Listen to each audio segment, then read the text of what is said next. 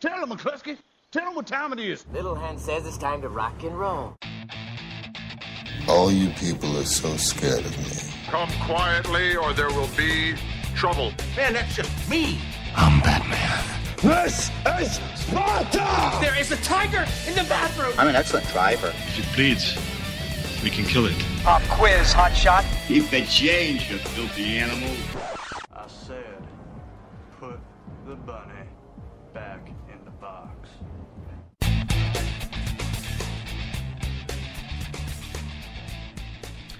Hello and welcome to this week's Monday Movie Show.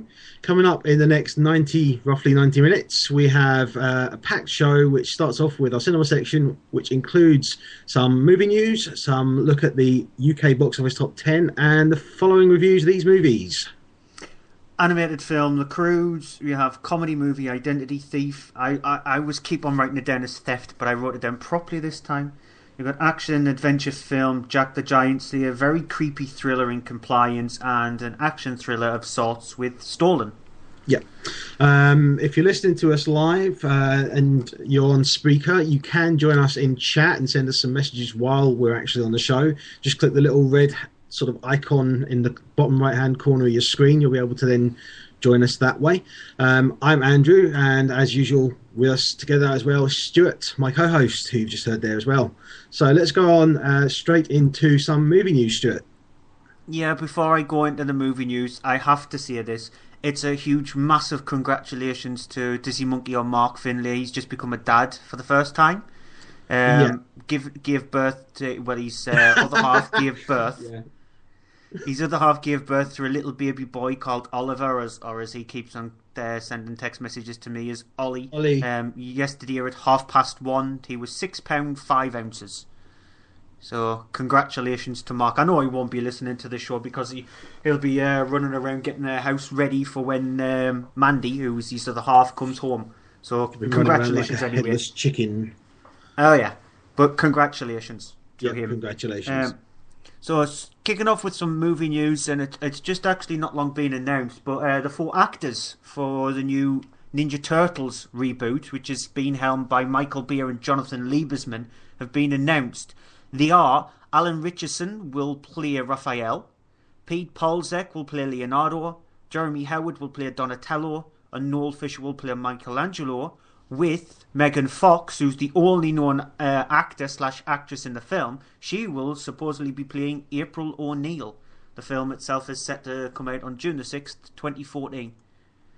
Yeah, I mean, Jonathan Liebesman, the man who helmed a great action film called Battle Los Angeles, but then went on to helm Wrath of the Titans.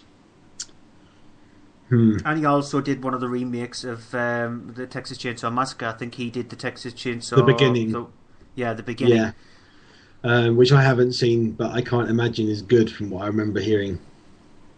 Yeah, we'll see. I'm not sure. I don't. What they're trying to do is to go on for motion capture, so the same kind of thing that's used in Avatar. That I am glad about, because that's the only other way I can see someone doing the Turtles now. I wouldn't want to see them as rubber prosthetic suits. It needs to go past that.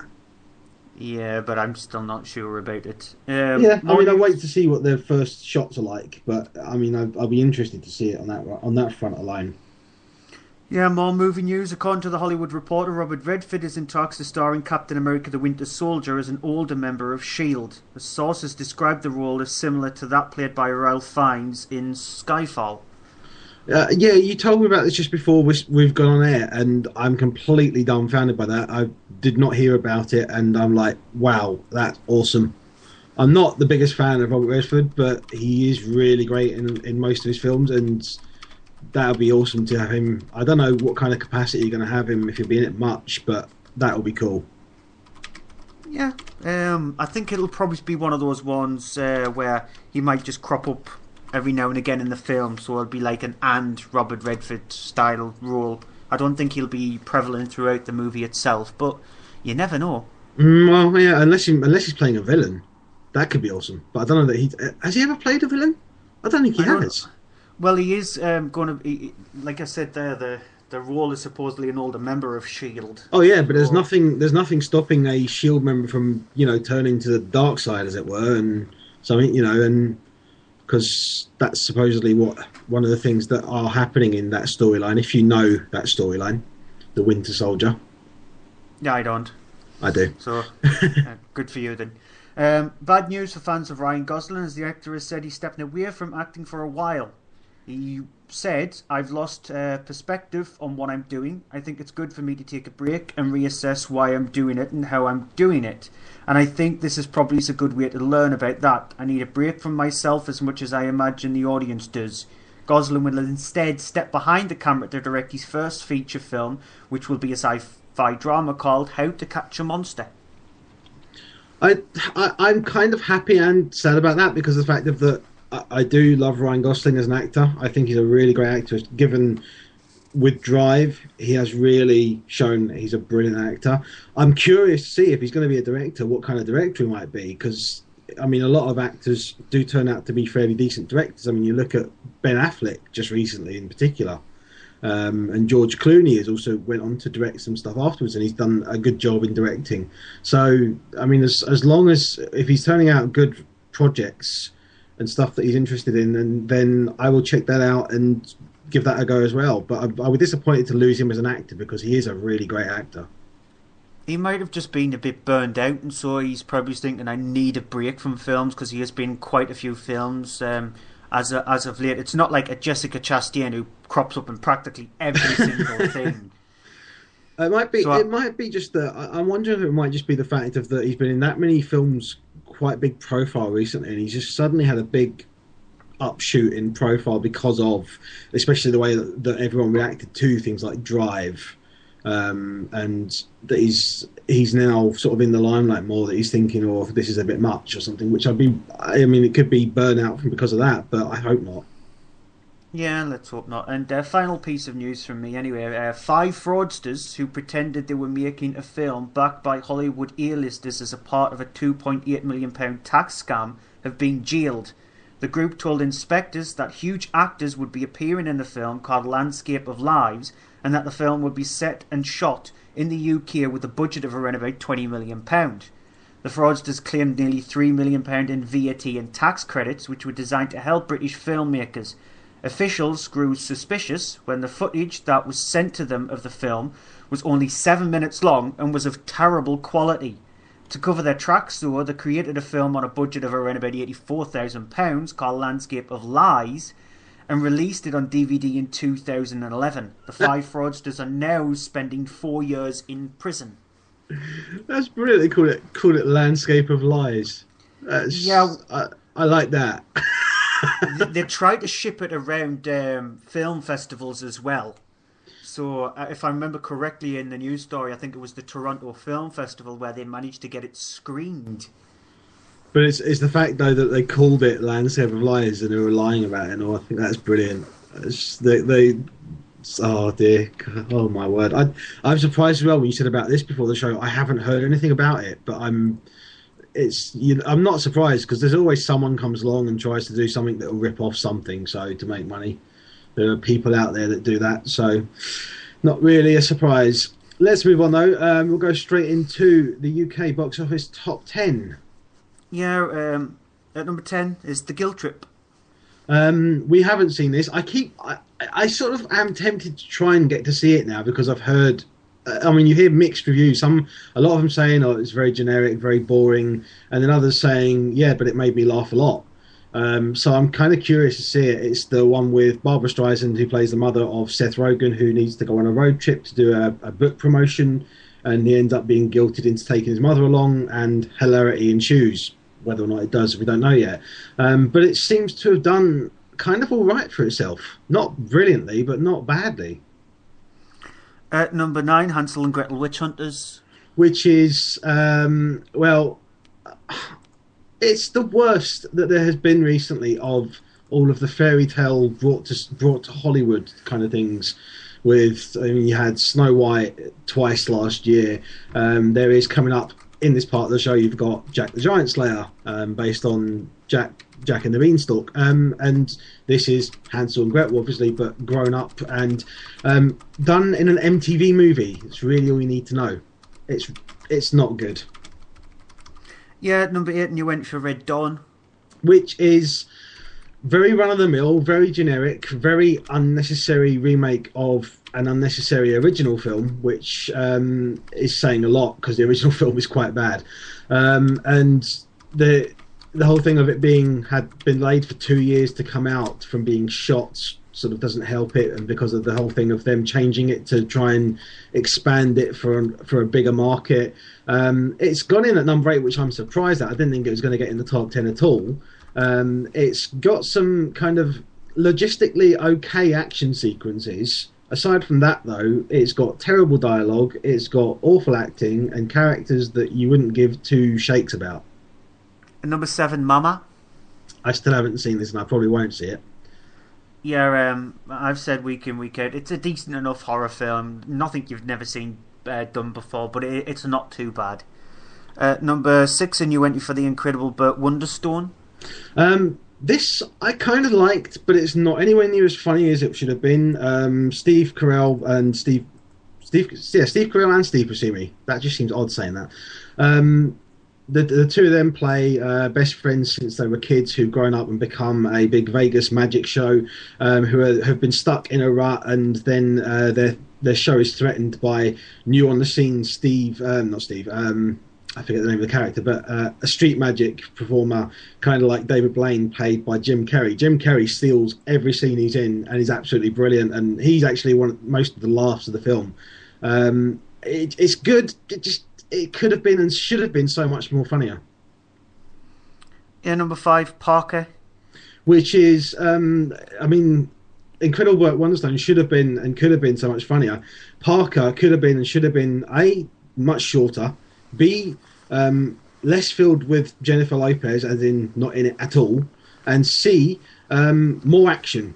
Really should have done it, because it doesn't really have much of it's not much of a typical Jason Statham film, which is a bad thing, because don't waver too much from the formula when you've got Jason Statham.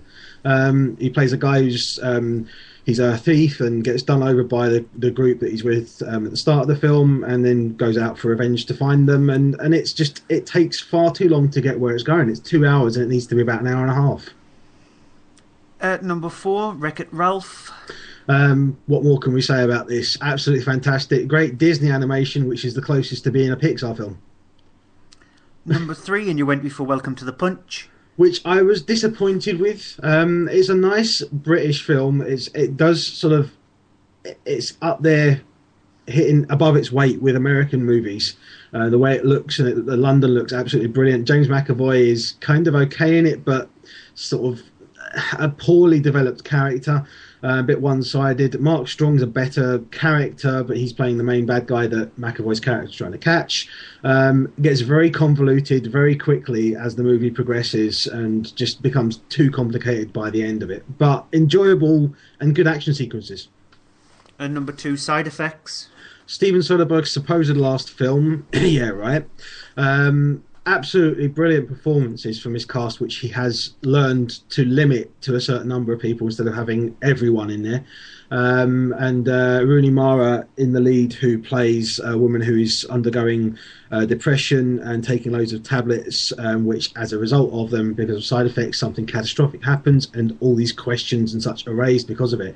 Really good thriller. Great performance as well from Jude Law, which is surprising because he's not amongst my favourite actors, but he's pretty good in this as well. I mean, it works. And at number 1, Oz the Great and Powerful. Which I really loved. Lots of sort of the feel of Sam Raimi's films with the kind of horror aspect in it, surprising for a PG movie. Great sound mix, great immersive experience with the 3D. And I mean, I'm not a fan of the original Oz, but I loved this. I really enjoyed it. Had such a great fun with it. And I'm surprised because James Franco is incredibly good in it too. A little bit on the cheesy side once you get into it, and then things happen with Mila Kunis's character plays the witch in it. But aside from that, it's an all-round enjoyable film that parents can go and see with their kids. So that's the UK box office top 10. So we've got, what have we got now? 5 films to review. How long have we got left in this part of the show? Half an hour. Half an hour. Oh, that's okay. We're not too bad then. I'm going to go straight into The Croods. which is a animation from DreamWorks. It's directed by Kurt DeMicco and Chris Saunders. I'm not sure if I'm pronouncing the first of those right or not. Who also were involved in the screenplay. It's an animation film which is voiced by, you've got in there Nicolas Cage, who plays Grug, who is the father of a prehistoric family of cavemen. The family members include Emma Stone doing the voice of Eep, their sort of teenage daughter. You've got Catherine Keener, who plays Ugga, the mother of the family. And you've got the brother Thunk, played by Clark Duke, as well as Cloris Leachman. I can't think how to pronounce her name. I don't know. I know the actress, but I can't think of her name. Cloris Leachman, the woman, the mother from the grandmother from Raising. It's a comedy series. I can't think. Yes, Raising Hope. See, struggling for things now. But if you that's the actress who's playing the grandmother of the family. They all live in this cave where they've been living there for years, and the rule is basically of be afraid, don't be out after dark, be afraid of the dark. They don't have anything like fire, which is what sets them apart from a lot of cavemen, but they're the last sort of surviving family of this area. And the problem is that Eep is extremely bored of this. She hates being stuck indoors all the time, and she likes to get out. And one night she hears something, wanders away from the cave, and finds a mysterious character. Here's a clip. I'm Guy. Guy? And this is Belt, cook, conversationalist, navigator. Also, keeps my pants up. What are pants up? Who are you? Eep. Let me clarify, Eep, the world is ending. What? I'm calling it the end. Dun, dun, dun. We gotta get to high ground. Come with me. I can't. Okay. Here. If you survive, call me. The guy that she meets there, actually called Guy in the film, is played and voiced by Ryan Reynolds, who is a man who has actually learned to create fire and has the control of that. So the family, as a result of his warning, then find that their world is in disaster. Things are there's these sort of earthquakes that are causing things to sort of collapse, including their cave. And because of that, they end up having to join him to travel across land to supposedly a safe area where he thinks there is a safe area. The thing about this is it's a DreamWorks animation. I'm kind of hit and miss with DreamWorks films. I think they can do them right, but they've not necessarily been brilliant. Definitely not up to the level of some of the competitor animation groups, in particular Pixar. I think they've actually hit the nail on the head finally with The Croods. I absolutely loved this. It was enjoyable. I was laughing a lot of the times through it. The animation is incredibly smooth and well done. There's points in it where I was thinking, had they muscle that? Did they, like, people standing there and their body frames and the movement and stuff, did they actually do like motion capture and the look of people's skin and stuff? It's really well done, impressive, to the point of thinking occasionally, oh, that can't be animation, something different to that. The world looks amazing. The whole thing of when they're wandering through a forest bit, there's depth to it and everything. I mean, I saw it in the 3D one as well, which it did really work for it because it's an animation film. 3D always really works on animation films. And it's just really fun. It's rated U, I think, which is for the UK, which is it's quite a surprise to see an animated film which is rated U, because there's not any kind of rude adult jokes in there mixed in, but there is a lot of humour in there that adults will enjoy as well. The characters are fun. Nicolas Cage, you actually forget Nicolas Cage is in this for a while until a certain joke pops up later on where he then starts doing something and you go, oh yeah, okay, now we're getting the typical Nicolas Cage performance.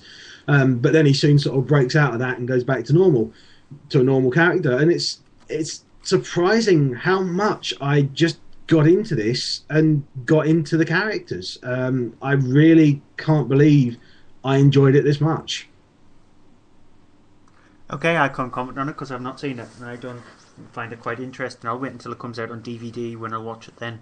I think you will enjoy it because coming up against, we've got later on in the DVD section, Rise of the Guardians. I think The Croods does a much better job than Rise of the Guardians, but obviously you can't comment on that either. You've seen Rise, but not this. Yeah, exactly. But I have seen the next film, which is Identity Thief.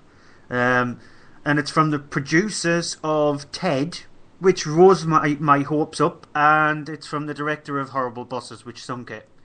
So, yeah, and it stars Jason Bateman, who was in Horrible Bosses, and Melissa McCarthy, who was in Bridesmaids, and she was like the funniest one of in Bridesmaids.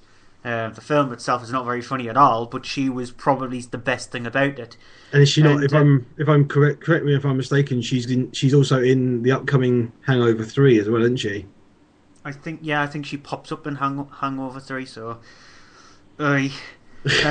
Jason Bateman plays a character called Sandy Patterson, who works for this firm where he sorts out all the money. He's a really good father. He's got a really good life. It's a very decent enough life. He's able to pay for his bills, have money left over, and so their family is fine. And his work is fine, except that he's always wanted a raise.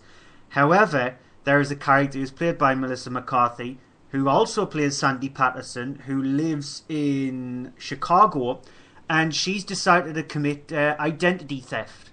And this is what she does. She steals people's identities, poses as Sandy Patterson, and racks up a big, huge, massive bill. In this case, it's more than $12,000 on Jason Bateman's card. And he can't believe that his card is being cut up because he tries to pay for gas, and unfortunately he can't pay for the gas. When he gets into work, he's told that he's been fired because of all the trouble that's been happening. He goes to the police to try and ask them, see if they can help him, find who's doing this, but they say it's not under their jurisdiction. It's under the jurisdiction where this other Sandy Patterson lives. He then comes up with an idea, along with his boss, that if he can bring this Sandy Patterson back to Denver, where he lives, within 7 days, he'll keep his job, plus he'll get his record completely striked out. So he goes to Chicago. He ends off tracking down this Sandy Patterson. Unfortunately, she slips away. He catches up with her, and then the whole rest of the film is about him bringing her back to Denver. There is a part in the movie where they sort of play a married couple in a bar, and they come across this very strange guy. Here's a clip. Hey! You got 5 minutes, you already made a friend, huh? This must be Walter. Hello. Howdy, Walt. I'm Big Chuck. Hi there. I gotta tell you, this little Margie is quite a lady. Oh, Margie. Sit your ass down. No, Drinks are on me. I wish I could. Stu's gonna set you up. Stu, let's get Walt around. Never mind, Stu. I gotta... Honey, gotta get you out of here. Here's the thing. I don't want to go. But it's super late. Gotta get all the way to St. Louis tomorrow, so... I think we got a good one. What is that? I think we got a good one. Listen, I'm going to tell you what's going on. Walt likes to watch. Walt's a watcher.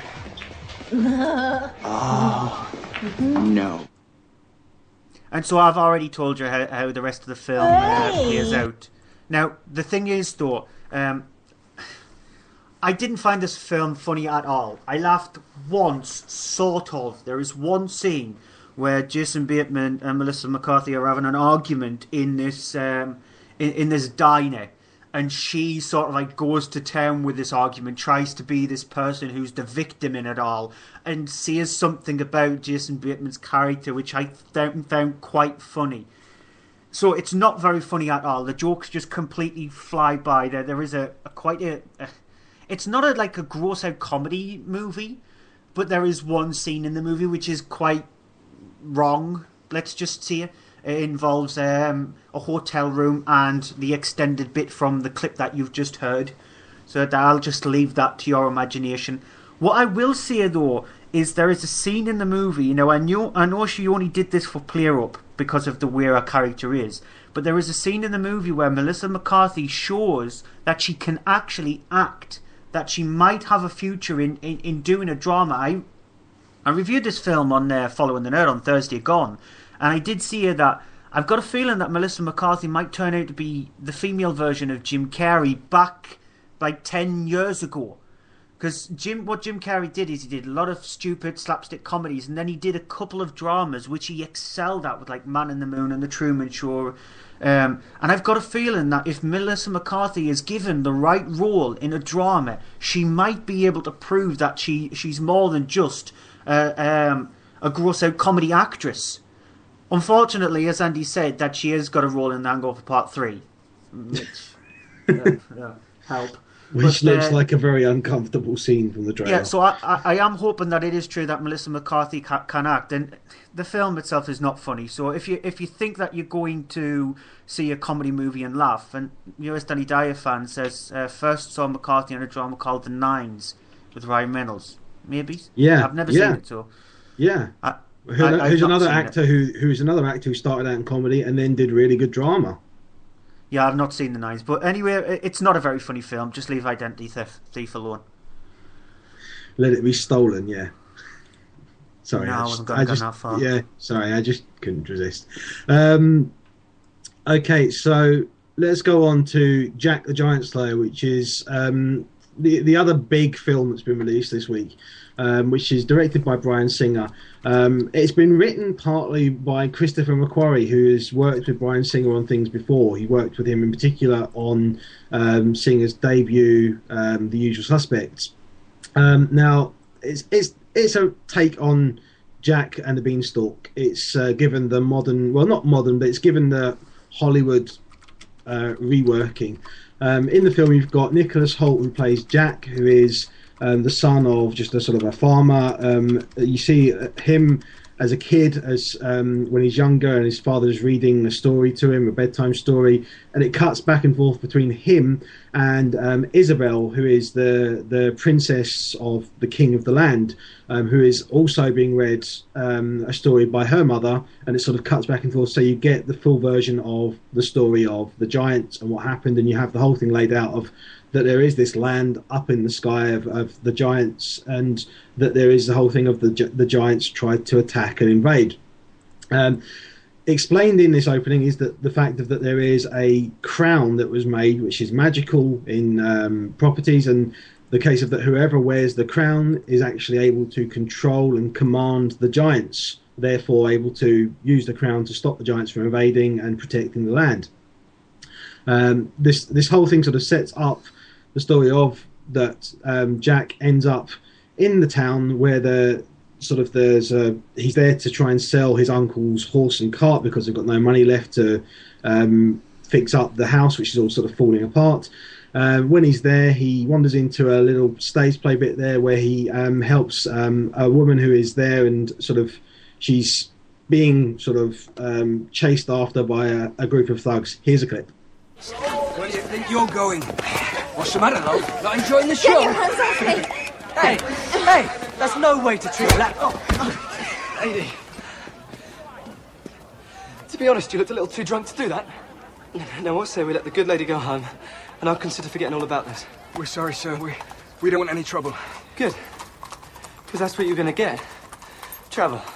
Yeah. All three of you. A whole lot of trouble.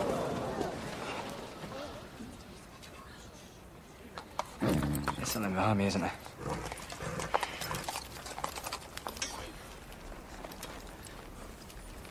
What's your name?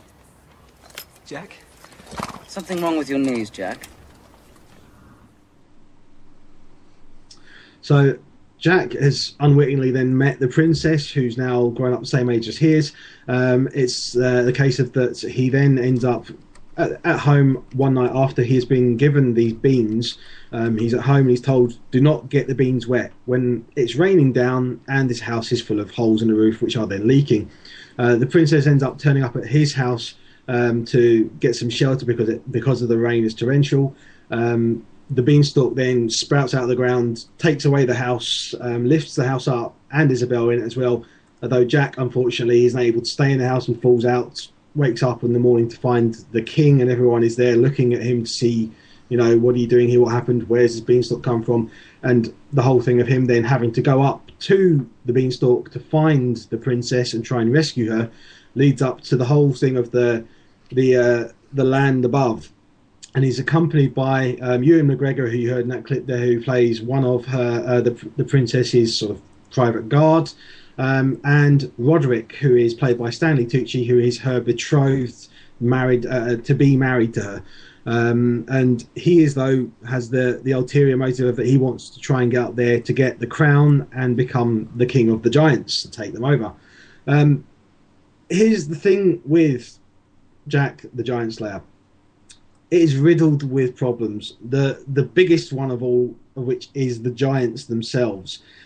There is some weird decision for some reason to have the giants be computer generated. If you've seen any of the trailers, you've seen them, and you may think, oh, it's a trailer, so the effect may not be completed or something. No, that is what they look like in the film. It's not good. It's not finished.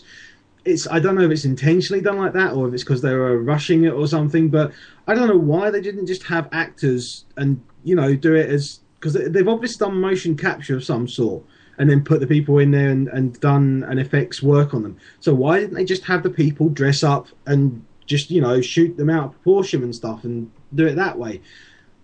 It's just... It's awful. It's so distracting when they're on there. The rest of the film looks really good. Nicholas Hoult is okay, but he's not brilliant, and I don't think it's his fault. I think it's the script that he's just not given enough to do in his scenes. Stanley Tucci is great in it, but he's in it for 10 minutes, if that, altogether, and it's just he's doing the twirly mustache villainy thing, which is just Ewan McGregor, it's just like he's just not really got much to do, and then it comes to the end where there's a big battle thing and he's just he turns into this big soldier at the end where he's trying to fight off giants, and it just doesn't work. It just doesn't work for me. There's a big problem as well with the movie pacing wise, in that it's got a really long, that drags on second act, which just takes for ages to get to. It's like they're setting up this whole thing of there being the story of Jack and the princess, and then the thing to the land of the giants, which, I mean, it's nice that it does this, but it takes them a day to actually climb up the beanstalk, and it feels like it's a day. It takes far too long in the film. It's not good.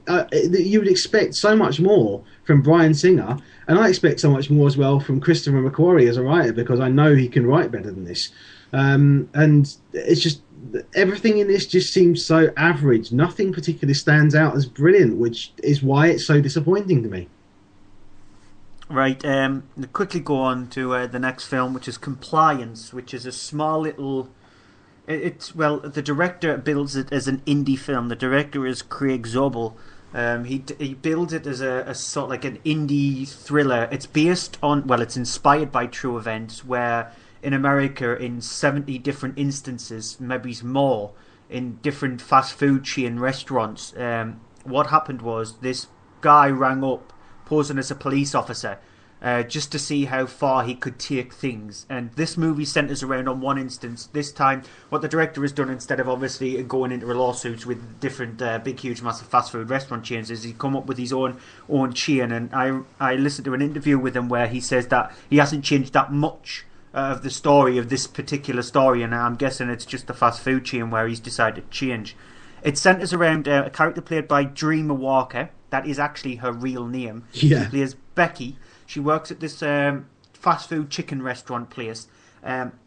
Just as on an actual job, she is then asked by her manager, who's Sandra, played by Anna Dowd, to come into the back room because a police officer has rang up and said that supposedly she has stolen some money from somebody's purse.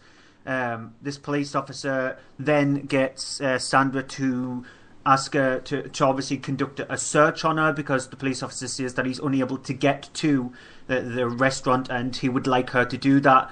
And then he tries to push it as far as he possibly can, not just with Sandra, the manager of the shop, but with everybody else who he tries to get in. He tries to make that person do something a bit more harsher, leading up to probably the most extreme part of the film, which involves Sandra's sort of like, I wouldn't say a husband, or they were supposedly going to get married, but it's alluded in the film where it might not be true. And For the film itself is uncomfortable at times. Unfortunately, that uncomfortableness is taken away by what the director has decided to do to fill in the middle. He has a tendency to wander off with just stupid shots of the restaurant, or specifically there is a scene where you see a police officer coming down the road and he follows the police officer for a good 3-4 minutes, and it's got nothing to do with the film. It takes away the tension and the harshness, what it's trying to build up, it's trying to make you feel a bit uneasy in watching the movie. But once it backs away from that and does these shots of the restaurant, of things being fried, of people eating food, etc., you're just thinking to yourself, why did you do that? It was getting uncomfortable and it was becoming a harsh watch, which is what the film is trying to do. But then you decided to go and throw that away, and it distracts you a lot. There are scenes in the movie, specifically Dreamer Walker, who goes through the ordeal that she went through, and based on the person who actually did it, it's really uncomfortable. But you do say to yourself, how can these people let it go this far? Specifically when the police officer says, you've got to conduct a cavity search, and because she's been a bad person and been bad-mouthed to me and the manager on the phone, you've got to spank her. What police officer would say that? And why would you think that that's what you should do? You're constantly shouting that at the screen. Why are you doing this? How can this actually be based on something real when you would have instantly figured out that it's completely erroneous, and this guy is trying to push people as far as he possibly could? Honestly, but it is a good film if you want something at times which will make you feel uneasy. I do want to see it. I'm just kind of, it's one of those things I'm wondering, because it's been shot in that kind of way, and it's low budget. Is there any shots? Does it use like CCTV or anything? I just wanted to check on that. It doesn't. No, there is a scene where she's where Becky is sitting in the office itself and she's looking at the monitor, and you do see a couple of shots using some CCTV cameras, but it's just shot like a normal film. Okay, that sounds like a bit of a kind of a missed opportunity as well. I thought that might have been sort of a good thing. I'm going to go on to the last cinema release then this week, which is Stolen. It's directed by Simon West. It stars Nicolas Cage again, this time in actual physical form, as Will Montgomery, a guy who is a sort of a legend in bank robberies. At the start of the movie, he is sort of involved in a heist with him and Josh Lucas, who's playing a character called Vincent. And Malin Ackerman, who plays a character named Riley. The three of them are involved in this robbery where they steal $10 million. But at the last minute, the police turn up, including a patrolman played by Danny Houston. Nicolas Cage's character is then arrested, goes to jail. They never find the money. And then so many years later, he is released to find that Riley is now just sort of working in a bar and doing normal life. Vincent is apparently dead, or so he thinks, until he gets a phone call from him telling him that he has kidnapped and has prisoner his daughter, and he's after his share of the $10 million, which he believes that Will still has, unaware that Will doesn't have the money because of something he did at the time when he was chased by the police. So what he does is decides to go and see the police officer, played by Danny Houston, who is now a detective, and try and convince him that he needs his help to actually get his daughter back. It's this kind of thing that Nicolas Cage does, where he has these two kinds of films that he does. Films where he's in them and they're really good performances because they're a really good film, a really good script, and he can get a really good film out of him. And then you have the other typical Nicolas Cage films where you have it's cheesy action, cheesy performances, cheesy story, not much of a good film, generally the kind of straight-to-video fare. This is what this movie is. It is the latter. It is, unfortunately, I don't really know why it's getting a cinema release, because it's not that great. It is straight-to-video quality, to be honest. It's directed by... as I said already, it's directed by Simon West, and the thing is, it's taken that long to come out here. He actually made this before he directed the Expendables 2, so that gives you an idea of how long ago this was made and how long it's taken to come out. And it's not really worth it, to be honest. If you're really a Nicolas Cage fan, go and see it. But if you're not, or you're not especially bothered. I mean, there's films that have done it better. Taken did it better, and wait for the video, wait for the DVD, because that's about as much as it is. It's not awful, but it comes close at times. There's just not enough in it to really keep it up there that it's worth seeing in the cinema. Yeah, it's this week's Fire with Fire. In a way, it's the film that should have gone direct to DVD, because I've seen Stolen as well, and it's very, very generic. Everything We're getting a lot of these. We're getting a lot of these ones that should have been released straight to video, and they're getting cinema releases now, and I don't quite know why. Yeah, it's really generic. What is the age certificate here? Because isn't it a 12 year? I think it's a 15, because there is language involved in it quite a bit. It might be 12. I'm not sure now. When I saw it, I just didn't even look. I just went in.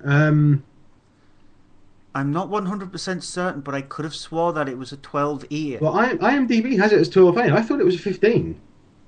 So if it is a 12 year, specifically when you get to the end, how quite graphic the end fight scene is, that's a bit surprising that it's a 12 year. I am surprised at that. Yeah, I thought it was 15. Yeah, it's beyond generic. It's just one of those. I wouldn't even say one of those action films where it's shown on like a Saturday night on like ITV4 in the UK. That is anyway. That you think, why not? I think I'll just watch it because there's nothing on. It's more generic than that. It's BBC Three. Yeah, actually, no. I would say it's more like one of those random movie channels which have popped up. TCM or something. Turner Classic Movies. Yeah. No, I wouldn't go that far. More like Sony Movies or Movies 24 or something like that. But yeah. It's more generic than a vanilla milkshake. I like that. That's good. So the vanilla milkshake movie of the week. I think we need to keep that. We need to use that regularly. This is the vanilla milkshake movie of the week. Maybe. That's it for the DVD. The cinema section. Coming up is the DVD section of the movie. Section of the show. I'm completely tongue-tied now after that. You've done it. You've unnerved me with that. Whoopee. Yeah. So if you're listening to us live, hang around for a minute, refresh your page, and we'll be back. Otherwise, if you're listening on iTunes or anywhere else, you can just go and find the second part of the show, which will be there to listen to straight away. So we'll see you in a minute.